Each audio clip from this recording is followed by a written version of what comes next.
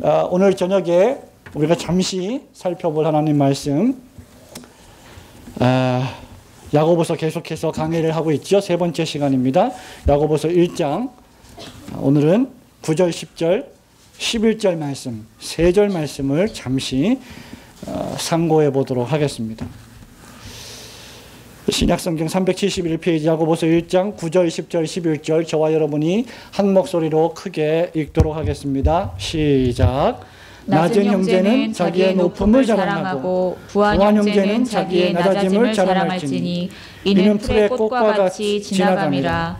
해가 돋고 뜨거운 바람이 불어 풀을 말리우면 꽃이 떨어져 그 모양의 아름다움이 없어지나니 부한 자도 그 행하는 일에 이와 같이 쇠잔하리라. 아멘.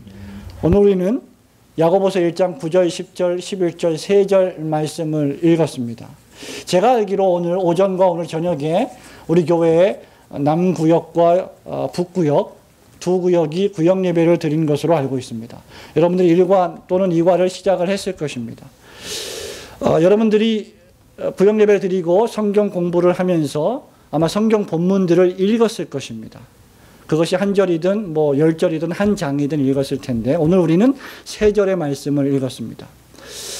제가 여러분들에게 제안을 할 수 있는 아주 좋은 성경 묵상 방법 가운데 하나는 이것입니다. 오늘 우리가 읽은 이 3절의 말씀을 계속해서 한 번, 2번, 3번 읽는 것입니다. 그리고 천천히 읽는 것입니다. 신앙고백, 주기도문, 또 사도신경 이런 것들을 천천히 암송하라고 하는 이유도 여기에 있죠. 천천히 읽어야 생각을 할 수 있습니다. 천천히 읽어야 하나님 말씀이 내 마음에 들어옵니다. 여러분 3절 말씀을 읽었습니다. 그리고 그 말씀에 대해서 여러분들이 떠오르는 모든 생각들을 메모지나 수첩이나 다이어리에 한번 기록을 해 보십시오. 9절, 10절, 11절 한 절 한 절 한 절씩 읽어나가면서 낮은 형제는 자기의 높음을 자랑하고 이 말씀을 읽었을 때 떠오르는 모든 생각들을 차분하게 5분, 10분, 15분, 20분 정리해 나가서 메모를 해놓습니다. 여러분 그러면 여러분이 메모해 놓은 모든 내용들과 2000년 기독교 역사에서 하나님의 말씀을 주석하고 설명하고 설교했던 위대한 주석가들과 설교자들의 내용들이 별반 다르지 않다는 것을 발견하게 될 것입니다. 무슨 말이냐? 하나님의 말씀은, 성경 말씀은 아무리 무식한 사람이라 할지라도, 아무리 학문적인 배경이 없는 사람이라 할지라도 이해할 수 있는 언어와 활자로 기록이 되었습니다. 그렇기 때문에 하나님의 말씀을 이해하지 못할 사람은 아무도 없습니다. 문제는 우리가 하나님의 말씀을 이해할 만큼 충분히 시간을 들이지 않는다는 것입니다. 그래서 앞으로 여러분이 성경 말씀을 읽을 때 특별히 우리가 맥체인 목사님의 성경 읽기표를 따라서 지금 1월 22일 차 성경을 읽었을 텐데 천천히 읽으시면서 그 생각들을 정리해 나가는 것이 중요합니다. 오늘 우리는 이 3절 말씀을 통해서 진정한 자랑이라고 하는 말씀을 좀 생각해 보길 원합니다. 저희들이 어렸을 때는 유치한 자랑들을 하곤 했습니다. 그렇죠? 예를 들면 우리 아빠 차는 그랜저야. 그 당시에 그랜저가 있었는지 모르겠는데요. 그러면 상대방 어린이는 말합니다. 우리 아빠는 벤츠가 있는데. 그러면 벤츠를 가진 아이 앞에서 그랜저를 가진 아이는 이내 주눅이 들고 맙니다. 야, 우리는 40평짜리 아파트에 살아. 그러면 이내 그 앞에 있는 어린아이는 우리는 강남에 빌딩이 있는데 우리 아빠는 부자인데 그러면 은맥기가 죽습니다. 사실 여러분 어른들도 마찬가지 아닙니까? 우리가 말하는 기술이나 어떤 방법이 다를 뿐이지 똑같이 우리가 어른들이 대화할 때도 그런 유치한 자랑들을 하곤 합니다. 그리스도인들도 여기서 예외가 아니죠. 그러나 야고보 사도가 우리에게 말씀해 주고 있는 말씀의 핵심은 이러한 자랑들은 유치한 것이며 더 나아가서 안개 같은 인간이 유일하게 내세울 수 있는 자랑이지만 하루아침에 안개처럼 사라져버릴 수도 있는 허탄한 자랑이다라고 하는 것입니다. 야고보 사도는 지금 본문에서 가난한 것과 부유한 것의 무상함을 교훈하고 있습니다.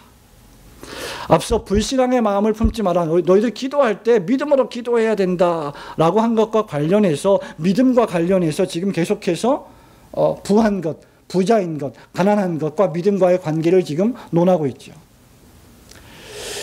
불신앙의 마음을 품지 말고 믿음으로 기도하라는 것과 관계해서 신자가 가난하게 되었을 때 가난함의 마음을 빼앗길 수가 있습니다.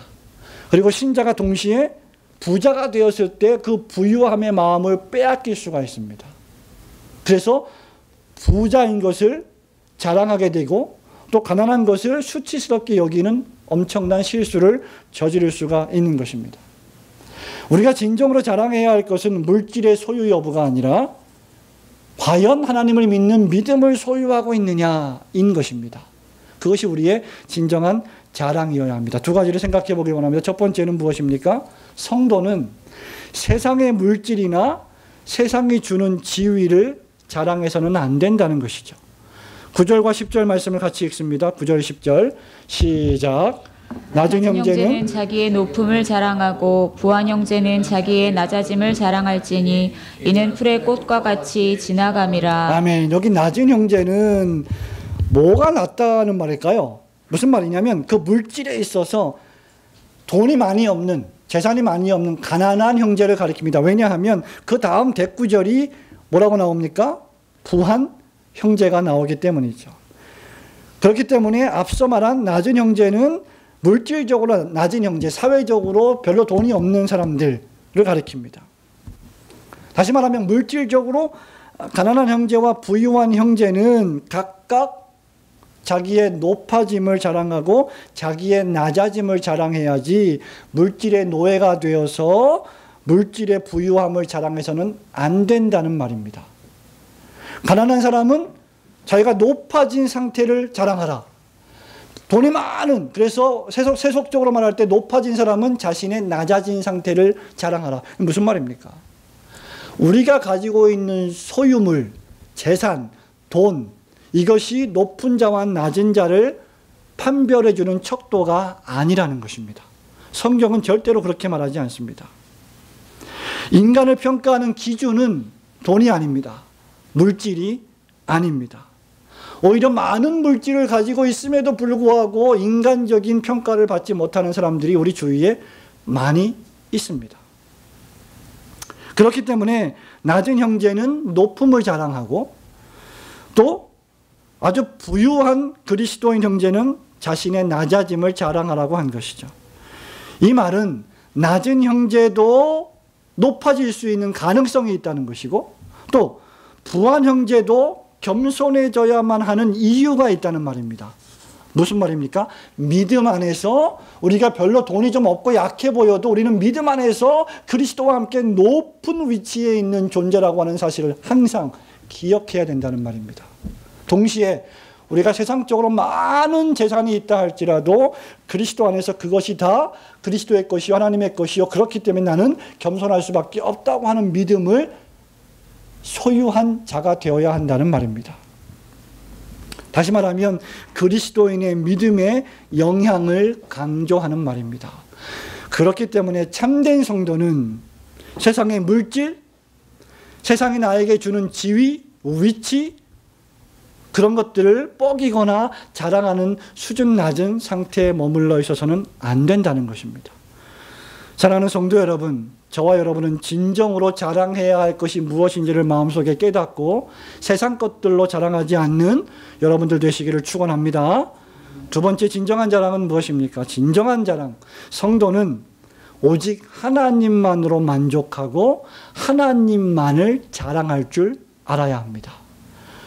10절과 11절 말씀을 같이 읽습니다. 시작. 부한 형제는 자기의 낮아짐을 자랑할지니 이는 풀의 꽃과 같이 지나감이라. 해가 돋고 뜨거운 바람이 불어 풀을 말리우면 꽃이 떨어져 그 모양의 아름다움이 없어지나니 부한 자도 그 행하는 일에 이와 같이 쇠잔하리라. 아멘. 여러분, 육적인 것이나 물질적인 것의 풍성 유무가 인생의 행방을 결정짓는 가장 중요하고도 우선적인 조건이 결코 아닙니다.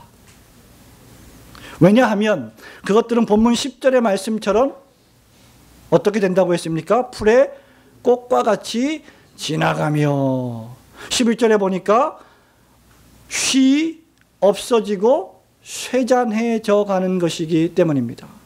그렇습니다. 바로 인생을 비유할 때 들의 풀과 같다, 바람과 같다. 이미 지난주일 설교를 통해서 우리는 인생이 안개와 같다라는 것을 말씀을 드렸습니다. 사막에서 부는 황량한 바람이 불 때 사라지고 말라 죽어버리는 것과 같이 무상한 것이 우리가 가진 소유물입니다. 그렇기 때문에 세상의 북이라고 하는 것은 사막의 바람처럼 한순간에 무너지고 허무하게 끝날 수도 있는 유동적인 것들임을 알아야 합니다. 그렇기 때문에 진정한 신자는 믿음의 부요함을 자랑해야 할 줄로 믿습니다. 물질의 유무를 자랑의 조건으로 삼아서는 안 되는 것이죠.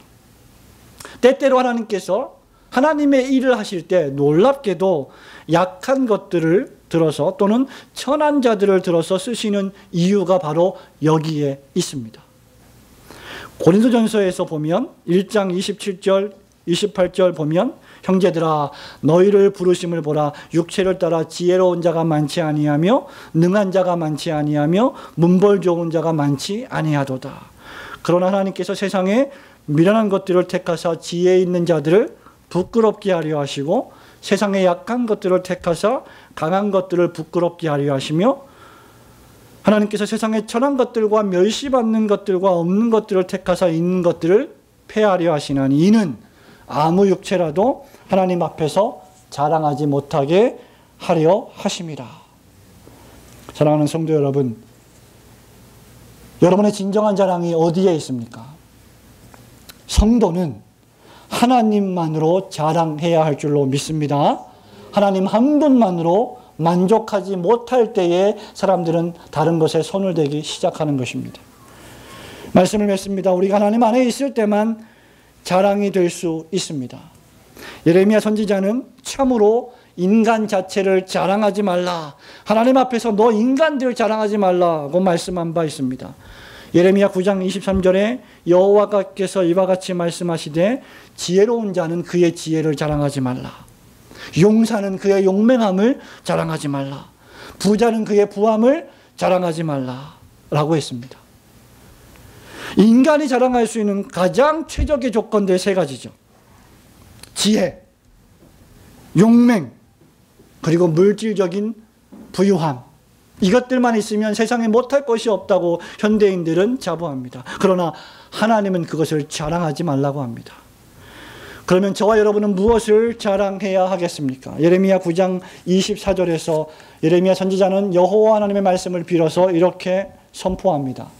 자랑하는 자는 이것으로 자랑할지니 곧 명철하여 나를 아는 것과 나 여호와는 사랑과 정의와 공의를 땅에 행하는 자인 줄 깨닫는 것이라. 나는 이 일을 기뻐하니라. 여호와의 말씀이니라. 하나님 안에 있는 믿음만을 자랑함으로 말미암아 하나님께 영광을 돌리고 그분의 의를 생각하여 그분이 공급하시는 먹을 것, 입을 것, 마실 것을 체험하고 경험하여 사는 지혜로운 성도들이 되시기를 주님의 이름으로 축원합니다. 아멘. 감사합니다. 오늘도 우리 주신 말씀 생각하면서